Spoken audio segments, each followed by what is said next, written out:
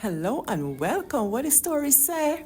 I'm your host, Dr. Pauline Baird, telling our stories, our practiced and sometimes long lost traditions. And like we say in the village, come in, sit down, loud talk story. Christmas comes but once a year, and every man must have his share. What does that mean? It seems to me that Christmas is a time when we give rather than receive. It's a time of festivity. Everybody gives presents or give presents, and it's something that kids look forward to very much. Do you remember your first Christmas? Do you have a memory of that? Do you remember the gifts you got and how you were happy with them?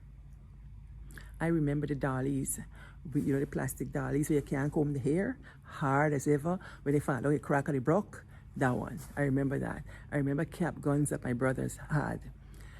I was researching about this Christmas comes but once a year, and I learned a couple of things. So I'm going to tell you a couple of stories today. The first one, Christmas comes but once a year. It seems like sometime in 1936 thereabout, that a story was told of some kids who lived in an orphanage. And like everybody else, Christmas around the world and kids around the world, they look forward to toys. And they got their toys. They're so excited. This boy got his gun and he took it up and he tried to shoot the gun. But guess what? The gun fell apart. That's the most disappointing thing for a child. The girl got her doll and teddy bear, and you see one after the other, the kids' toys fall apart right there. No good. Because maybe they're in an orphanage, they didn't get good toys, people didn't give them good gifts. But Christmas comes but once a year, and every man must have his share. Children want to get their toys and gifts. So these kids were disappointed. So the whole caterwauling began in this orphanage. The children start to cry and bawl along the place. Well, the children start to cry and bawl along the place. You know how they could go on when they don't have their toys. So there was this man called Professor Grumps who learned of the situation because he was passing in his little carriage, ho, ho, ho for Christmas, and hear the hollering. When he found out what happened, he went home and he gathered all the things he could find in his house, pots, pans, bicycle parts, anything. And he started making toys out of these leftover things, what they call upcycling. And in Guyana, mothers know about upcycling. They take that dress that you had all year, turn it over, make it into skirt, or even a new dress. You see the bed sheet? They would take the bed sheet, the inside worn. They take it and they turn it outside. And now the outside becomes the inside, and they sew it down the middle and they patch up the end. Then they take all the bed sheets and the whole clothes and they make patch sheet. Yes. For Christmas. So this man made all these toys. Then he got snow, he piled it up so that they could do sledding. Next, he got some old green umbrellas and he turned them into a Christmas tree. And so the kids had a really good Christmas. How you having Christmas? What kind of memories come back to you? Christmas comes but once a year. So Christmas comes but once a year, and every man must have his share. But poor Brother Willie in the jail drinking sour ginger beer, the masquerade time. And they would say music and dance and everything. I started to think about who is Brother Willie and why the dickens he in jail on Christmas. I said to myself, for this man to end up in jail, he must do something before Christmas Day. Did he thief fowl? They get some people thief fowl before Christmas, Yes, if you're in the country, nighttime you're in your house, you hear the fowl then start to make noise, you got to go and look through the crease. When you're looking through the crease, you're looking through the crease of the wall, it's a floorboard to catch the thief there. Whatever they're thieving from you, the fowl and duck and thing. Suppose Brother Willie go and thief duck and thing and end up inside jail. And then in the jail, they give you sour ginger beer. Me know we sour ginger beer, but I assume that ginger beer must be coming along so with slime. What y'all think?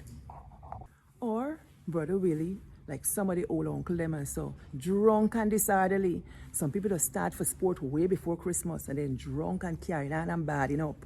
Is that what put Brother Willie in the jail? Are you tell me? Or did Brother Willie go and interfere with somebody and end up in jail? Or is he a constant figure running in with the police for something or the other?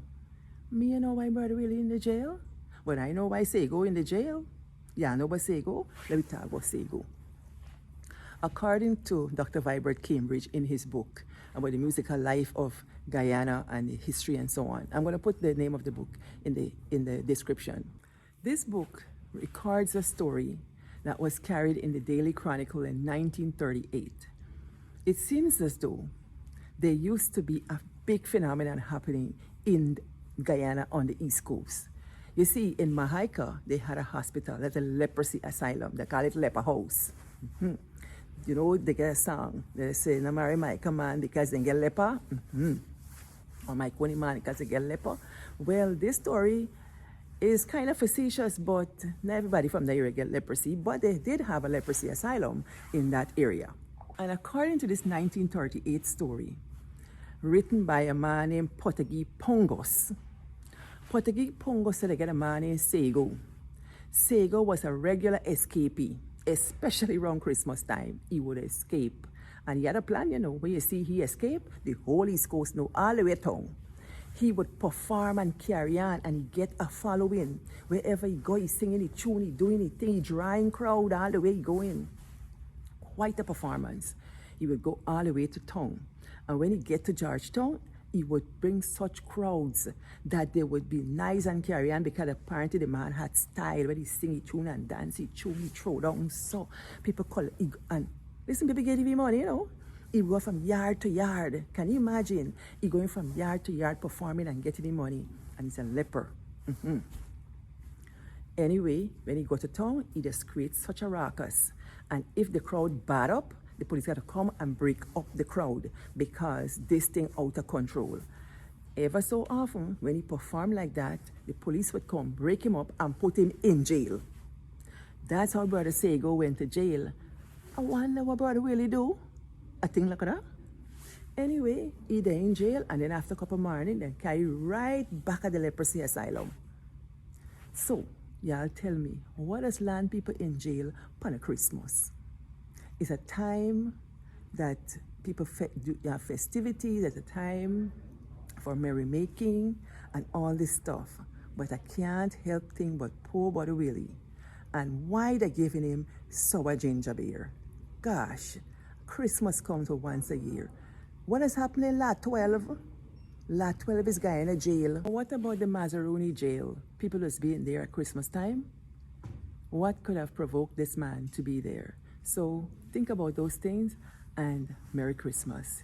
Thanks for watching and subscribing, and thanks for 1,000 subscribers on YouTube and over 6,000 on Facebook.